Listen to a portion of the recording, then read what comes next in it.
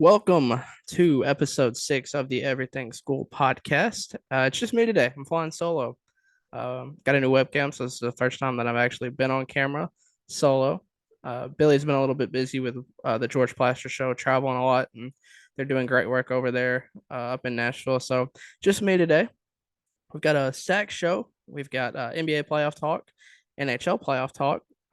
SEC tournament is winding down. We're getting to the last week, the last few days of it. Tennessee not going as far as what I wanted and what I expected, and I think Vanderbilt is kind of where Billy wanted and where Billy expected. We'll get him on. Hopefully, he'll be back on next week, and we can get his full take on the SEC tournament and leading into Omaha and the regionals and super regionals before that. But yeah, so we've got a stacked show. We're going to get right into it with the NBA playoffs. And the Nuggets finished a 4-game sweep this week over the Los Angeles Lakers. Jokic, just what a player! What a should have won MVP in my book, but Embiid had some good numbers this year. But the way Jokic has just played this entire year and the way he's been playing the last few years, this was bound to happen. The Nuggets looked so great closing games out late. Jamal Murray, Bruce Brown, Michael Porter Jr. They all showed up this playoffs, even especially when they needed it. There were games where you would think the Lakers were gonna close it out and take a game or two, but they struggled to close out, and the Nuggets took advantage, and they look like a championship team. They can close out in the fourth quarter. They were making everything. As soon as the fourth quarter came around, they were just hitting shots, and it was very impressive. They looked really good. They looked, in my eyes and in my opinion, they look like a true championship team. They're going to be a very hard out, especially getting a sweep and getting, for right now, at least a week's rest.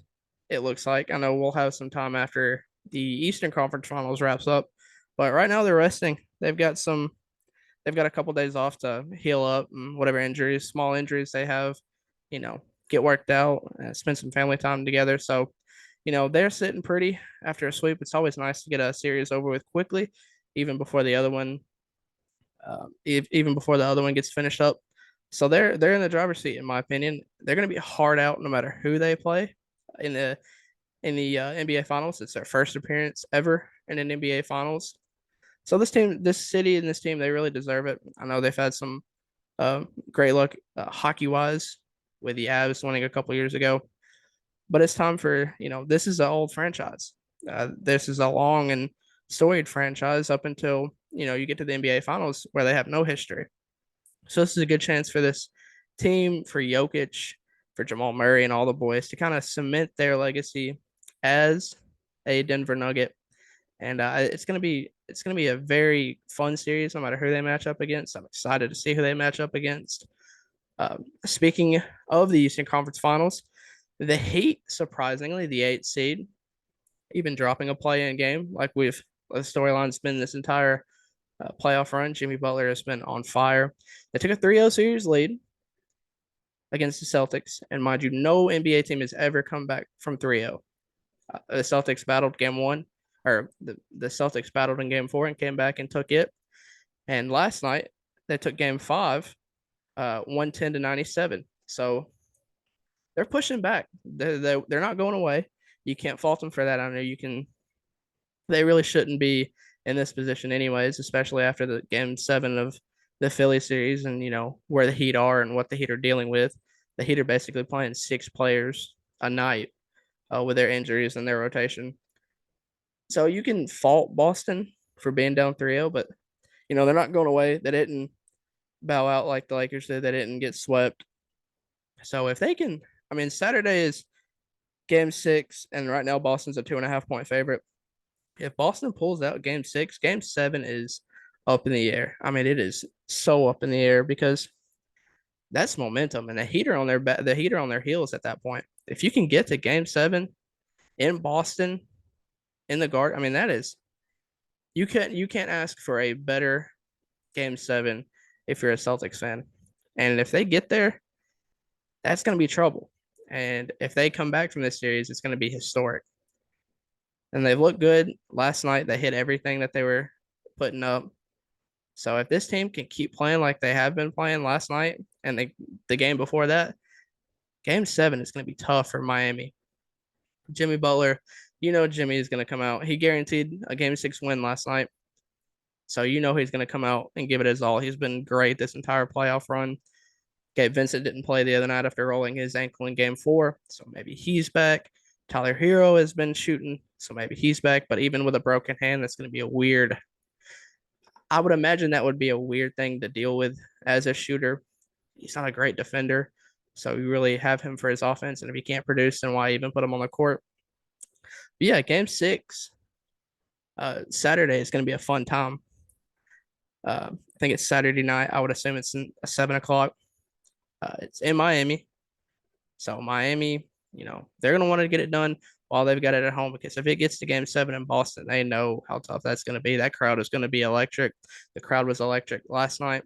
So it's going to be a fun couple games, especially if, like I said, if Boston pulls out game 6, everybody grab your popcorn, because game 7 is going to be absolutely insane.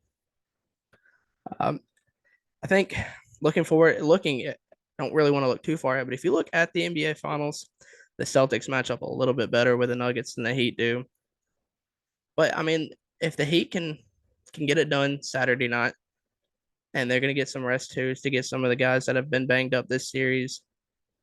Jimmy and them boys, Kyle Lowry, they are not going to go down without a fight. Pat Riley has built that team to just Miami culture is grit, and everybody knows it. You have to fit their culture in order to even make the team. And Pat Riley and Eric Spoelstra both have built just the mecca of tough and hard-nosed basketball. And I mean, even though Denver would probably be favored, I'd say they'd be picked to either sweep or win in 5. Jimmy is going to give it his all, and Kyle Lowry, them boys who have not. Kyle Lowry has won a title. Jimmy has not won a title. They're going to go at it. Jimmy and Bam, Bam has kind of been inconsistent this playoff run, and if he can get on it, he's got to defend Jokic really well. I'm sure they'll implement something that they do with Giannis, although Jokic shoots a little bit better. But they're gonna make Denver play hard nosed basketball and hopefully rough them up out of it. And if you're the Celtics, they match up really well against the Nuggets with Tatum and Brown. Devin White had 24 last night. Al Horford's been playing great defensively.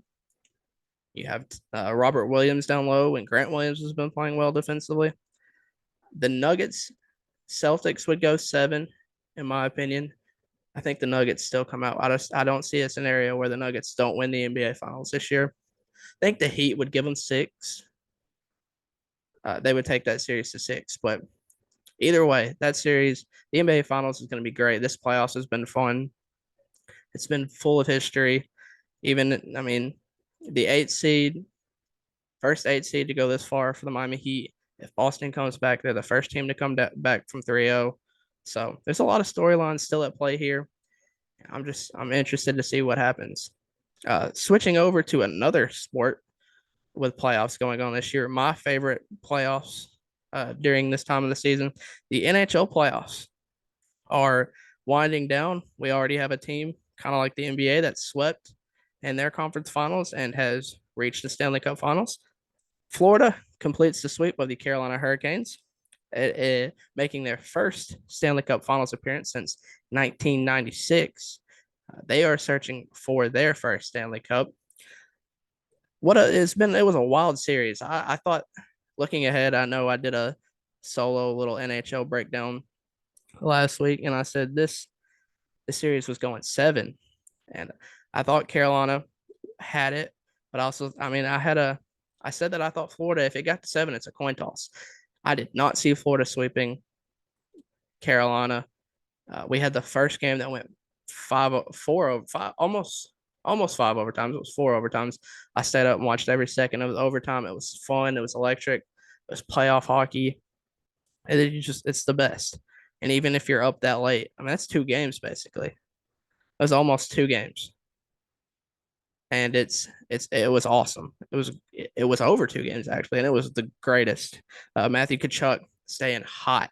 Sergei Bobrovsky staying hot. Bobrovsky came in, I want to say the first round. he didn't start the playoffs. Alex Lyon started the playoffs. He looked shaky when they went down 3-1 to Boston. Bob gets the call. They come back 3-1 from Boston. Last seed in the playoffs. The Panthers did not get into the playoffs until the final day of the NHL regular season. The Blackhawks had to beat the Pittsburgh Penguins on game 82 for the Panthers to even get into the playoffs.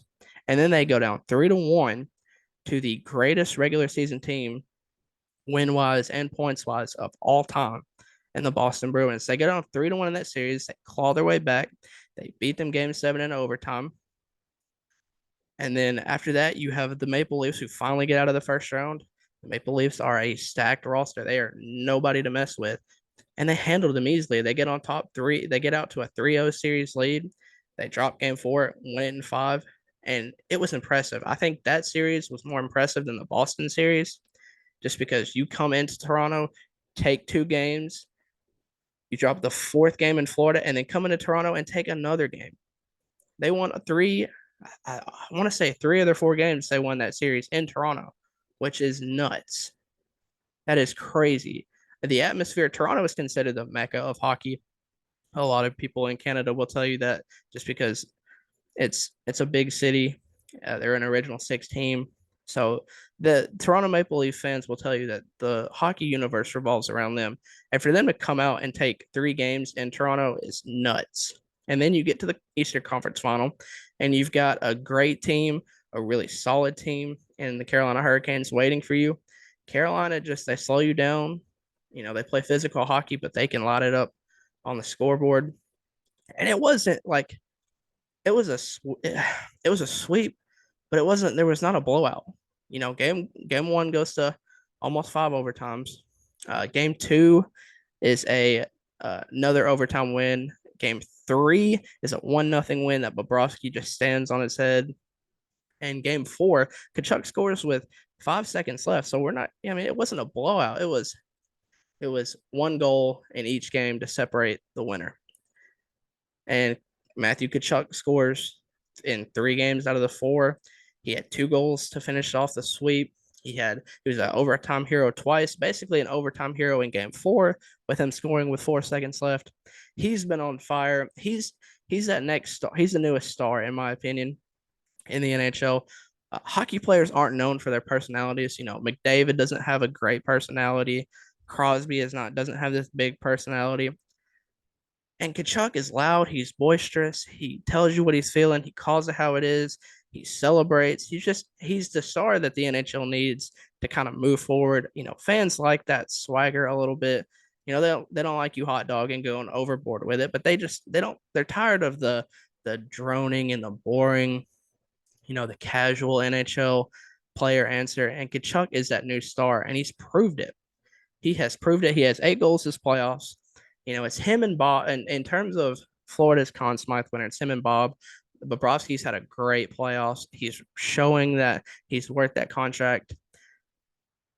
And he hasn't been great in a few years. And he's back to old form this playoffs.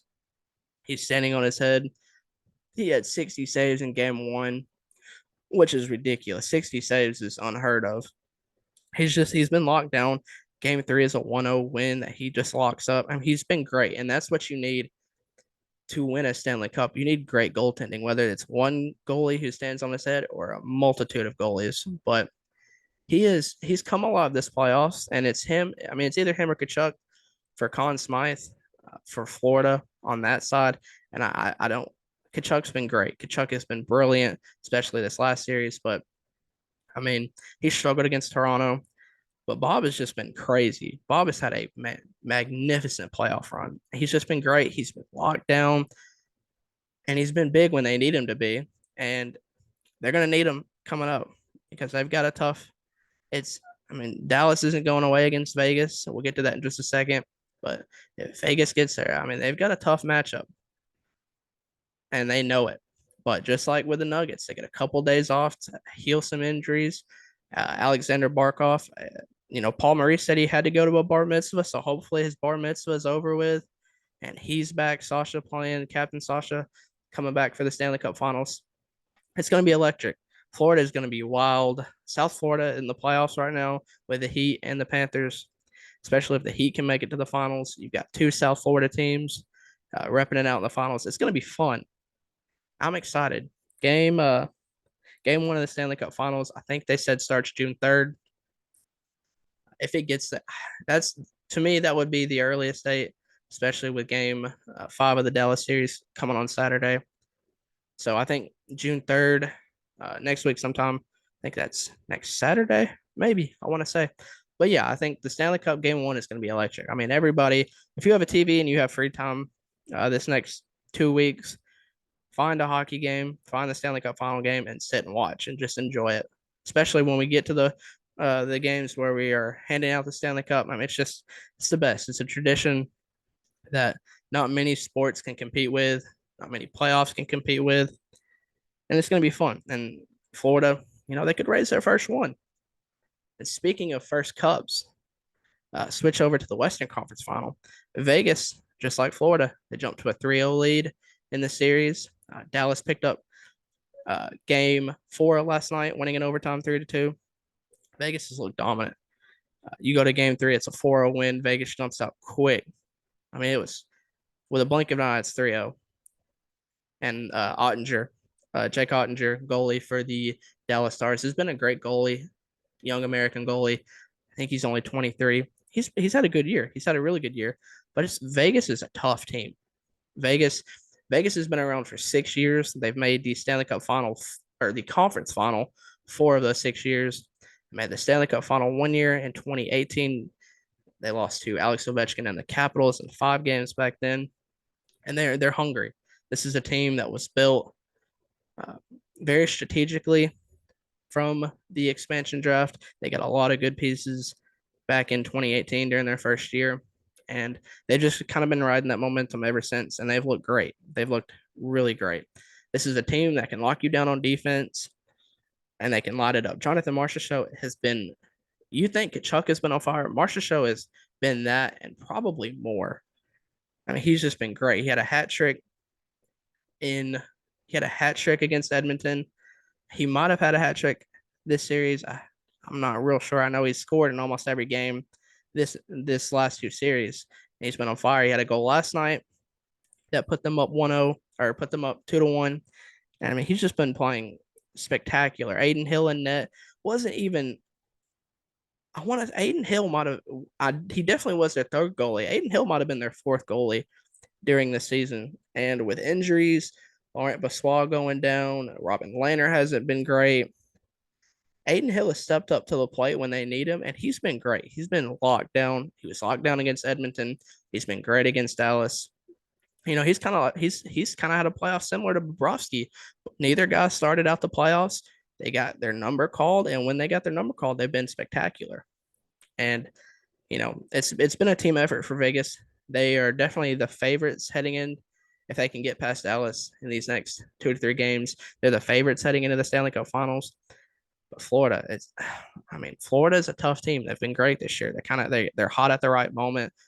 Great goaltending, good scoring coming out of Kachuk. Barkov's been electric.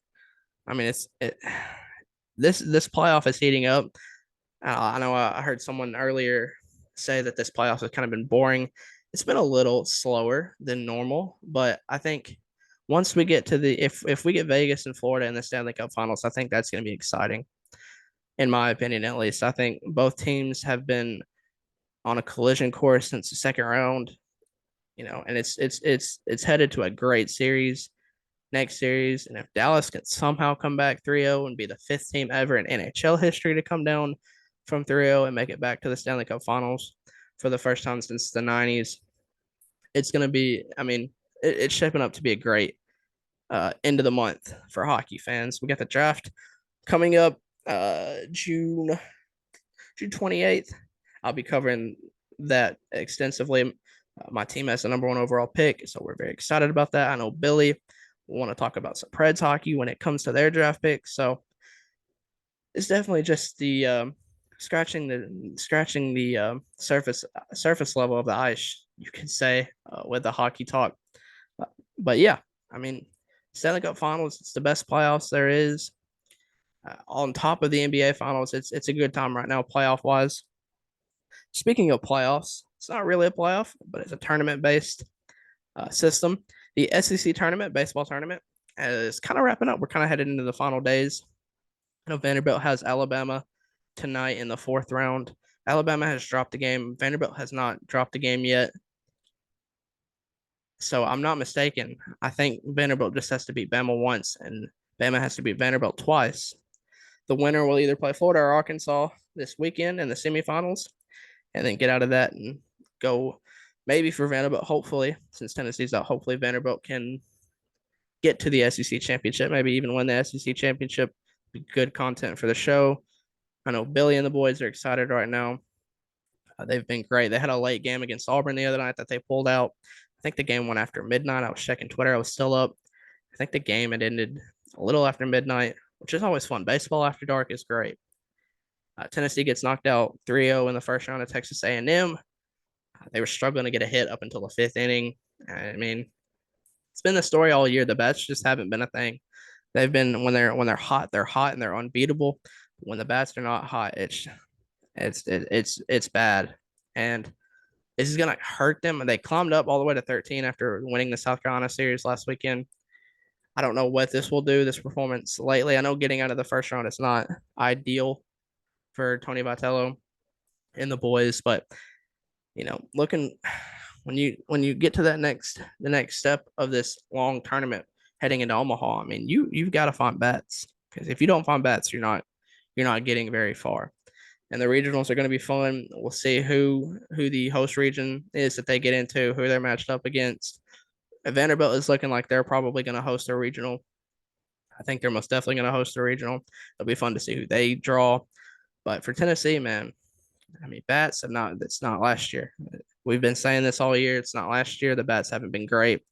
They got to step it up, because if they don't step it up, it's going to be another short postseason. Not even making it to Omaha again, and kind of rebuild the next year. But we're going to keep the confidence up. We're going to keep the vibes up, and hopefully they pull it out. I'm interested to see what happens. So Billy should be back next week. We'll get his opinion on how the SEC tournament played out. We'll see what he thinks about how Tennessee can maybe crawl back into getting into Omaha. They've got a long road ahead. We'll see I don't know when the regionals are announced. We'll get on top of that.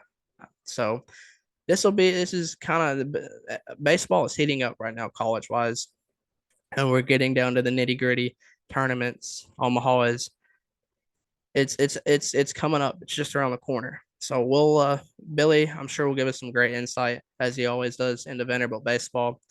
And we'll maybe we can see where Tennessee lies regional wise, and just go from there. We can make predictions as soon as we get there. Hopefully they get a good draw and they can compete. Hopefully the bats come back, and we'll be seeing who Vanderbilt hosts in their regional. Hopefully get to go to some games, bring you some good coverage after those games, before those games, maybe even during those games. But yeah, so that's the playoff talk. As we're getting down to the nitty gritty, we'll grab my note sheet here, because it's time. I know this is a quick show. It's a solo show, so we'll just kind of we'll make it a quick show. The final topic of today is the Cardinals have released five-time Pro Bowler DeAndre Hopkins after failing to trade him. Ian Rappaport came on the Pat McAfee show today and said that he would, earlier when this whole saga started, when D Hop seemed like he wanted to trade out, he said he would be surprised if D Hop got released. Either they were going to trade him, or maybe they could work it out and keep him. He said that the team had tried to trade D Hop all the way up until the night before the draft.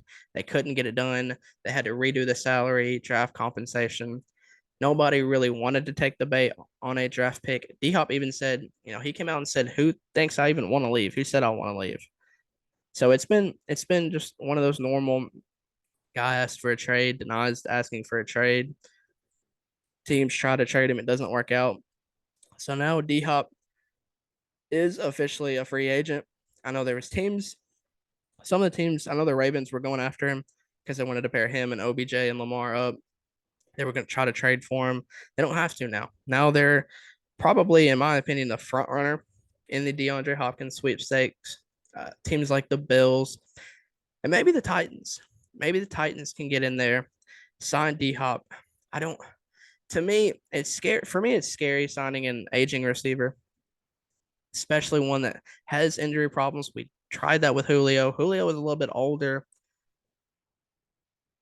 It just, I don't know. It's difficult for me to say, hey, let's move heaven and earth to get D Hop because what what does D Hop produce in that kind of offense? With Derrick Henry, we have Ryan Tannehill. What could Tannehill do? Even if you're looking at a Will Levis starting, what will Levis do for you? D Hop wise, I mean, it's a problem, but is it a quick fix problem or is it a solution to a long term problem? That's how I'm kind of looking at it. Is D Hop coming in for 2 years? Is he coming in for 1 year? Is he coming in for 3 or 4? What will how will his body react? How will, missing time the last couple seasons, how will it affect him? It's just it's difficult to say. I love D Hop. D Hop has always been my number one receiver in the NFL when he's healthy. I still think if he can stay healthy, he can get back to that. But it's it all depends on what it costs to give up. I saw somebody on Twitter post, would you cut Kevin Byard to get D Hop? I mean, you're not. I don't think you're flip flopping there. I think you're taking one aging player, cutting him, and getting another aging player. I think if you can get a younger stud of a receiver in free agency, yeah, maybe you can think about cutting KB, but I don't think cutting KB and signing D Hop is your, you know, definite answer or I don't think that fixes a lot of problems. I think you're just kind of staring down the barrel of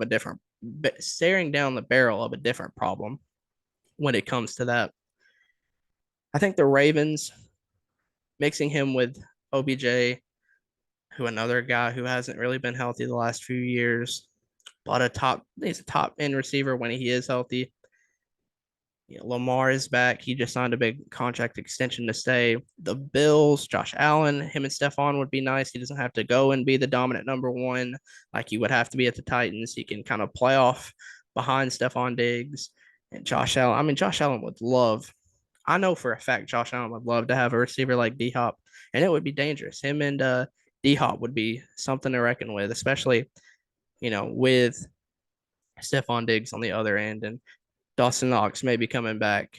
I mean, that would be a great team. That would be a good fit for D Hop. It's just I'm interested to see what the Titans do. Maybe we'll get some more news as the day goes on, as the weekend goes on. Rolling into next week. I'm sure Billy has a lot of thoughts when it comes to the Titans and DeAndre Hopkins, but it just depends. To me, it's a what it depends on who we cut, if we have to cut anybody, how much we pay D Hop, how long we pay D Hop. It's a scary situation because do you want to do it? I mean, you can. If you think you can, if you think I'm one of the guys who do not think the Titans are win now mode. I know they want to be, but I don't think they are. I don't think they've really adjusted their roster yet. I think they need a couple more years to get back to win now mode. So does D Hop fit your window? Do you want to? There's talks about cutting Tannehill. There's talks about trading Derrick Henry. Do you want to really bring in D Hop to mix in with that, or do you want to go after some young guys who maybe get cut, who are maybe available later in free agency? I think that's the approach that I have a feeling they're going to take, but I wouldn't be surprised. With the way Vrabel, like we've discussed, Vrabel's a win now coach in our opinion, or my opinion at least. So he could say go get D Hop, bring him in. But I just don't think it fits their window, and I don't think it's the right move to make right now. I think you can sit back and just see if a younger receiver comes up. If you can pick up from the waivers, see what Kyle Phillips coming back from injuries, being beat up last year. Traylon Burks coming back from being beat up last year. It's just I don't know. I don't think D Hop's the right move, but you never know. It's the NFL. It's the Titans, so you really never know. But I think that's gonna do it for the show today. It was a kind of a quick solo show. It was my first solo show on camera, which is cool. We have a YouTube channel now. the Everything School podcast is on YouTube. So as soon as I get done wrapping this up, it'll go straight to YouTube. So give us a like and subscribe over there. Tell us how you're feeling. Tell us how you're watching.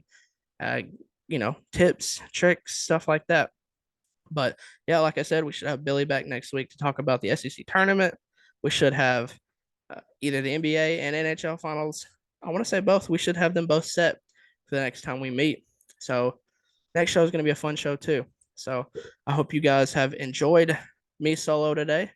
And I hope you guys have a great weekend, Memorial Day weekend. Enjoy it. Have a long weekend. And we'll talk to you next week.